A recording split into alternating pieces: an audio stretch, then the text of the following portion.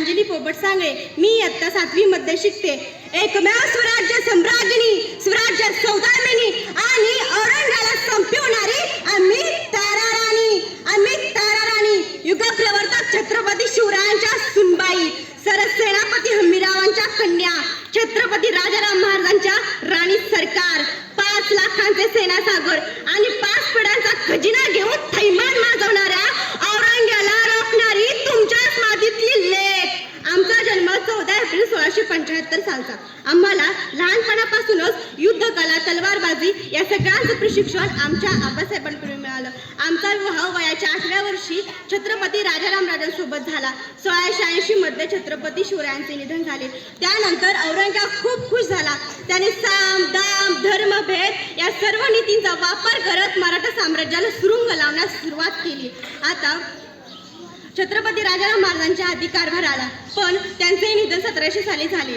आता औरंगाला वाटले शिवा नहीं रहा, संभा को भी खत्म कर दिया, अब नहीं लहराएगा भगवा और नहीं बचेगा स्वराज्य. पण परिस्थिती मात्र उलट होती. आम्ही अत्यंत विपरीत परिस्थितीत स्वराज्याचं नेतृत्व करण्यास आम्ही पुढे आलो. जीवात जीव आणि श्वासात श्वास असेपर्यंत हे स्वराज्य आबादित राहील आणि त्या औरंगाची कबर या दख्खनच्या मातीतच खोदली जाईल. तमाम मराठी मुलखातील देवारसला पहिला मुद्रा स्त्री शक्तीचा असतो आणि ती स्त्री शक्ती आई जगदंबेने आमच्या ठाई दिली. मुरदाड, मुस्तवाल, मुजर मुघलांना केवळ कृष्ण कोयनेचेच पाणी नव्हे तर मराठ्यांच्या समशेरीचे पाणी पाजले आम्ही. स्त्रिया म्हणजे फक्त चुलीचा कारभार नव्हे, ती जर पेटली तर तोच कारभार दिल्लीचा दरबार उद्ध्वस्त करू शकतो आणि तो आम्ही केला. छत्रपती राजाराम महाराजांच्या मृत्यूनंतर आम्ही अत्यंत प्रतिकूल परिस्थितीत आपल्या सरदारांच्या साह्याने स्वराज्याचा संघर्ष नेटाने पुढे चालू ठेवला.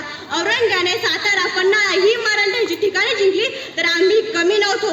आम्ही मुघलांची गुजरात, मध्य प्रदेश या प्रदेशात धडक मारली. आम्ही युद्धाचे क्षेत्र विस्तारले. 7 वर्ष संघर्ष केला. स्वराज्याचा कारभार एक हाती घेऊन सरदारांना स्वराज्य कार्याला जोडून घेतले. आम्ही विलक्षण धामधूम उडवली होती आमच्या सैन्याच्या नेतृत्वाने. आज इथे कुणीही तारा नाही, कुणीही आई साहेब नाही, कुणीही गिरजोजी बाबा, संताजी, धनाजी काका, पंत प्रतिनिधी नाही. आज प्रत्येकामध्ये भरून उरले त्या फक्त आणि फक्त शंभू राजे. अमर हिंदुस्थानात अमर ठेवलेल्या मुघली सल्तनतीला याच मातीत गाडायचे होते. म्हणून आम्ही छत्रपती राजाराम महाराजांच्या समशारीची ढाल झालो. स्वराज्याचा सूर्य कधी मावळू नये म्हणून स्वराज्य रक्षणाच्या मोहिमेवर स्वार झालो. वेळ काळ बनून आली होती. मुघलांची टोळधाऱ्या महाराष्ट्रावर पडली. गडकोट खचले, तसेच वतनाच्या लभाबाई माणसांची इमाने खचली. शिवदौलत पारखी झाली. पण आमची हिंमत कधीच नव्हती, कारण झुंजारपणास आणि खऱ्या नियतीने आमच्या पदरात बांधला होता आणि तोच पदर खोचून त्या औरंगाची कबर या दख्खनच्या मातीत खोदली. मुघलांना कळायला हवं, मराठ्यांच्या मुलीला ज्या हाताने फुगडी घालता येते त्याच हाताने गर्दनही मारता येते. 5 पिढ्यांच्या बादशाहीला मूठ माती या मराठ्याच्या लेकीने दिली. लढले मी, झुंजले मी, राखा या भगव्याचा मान. शिरकारली, झुंजारली औरंगाची सुलतानी. सह्याद्रीचा सत्वरा खाया, सदैव खंबीर.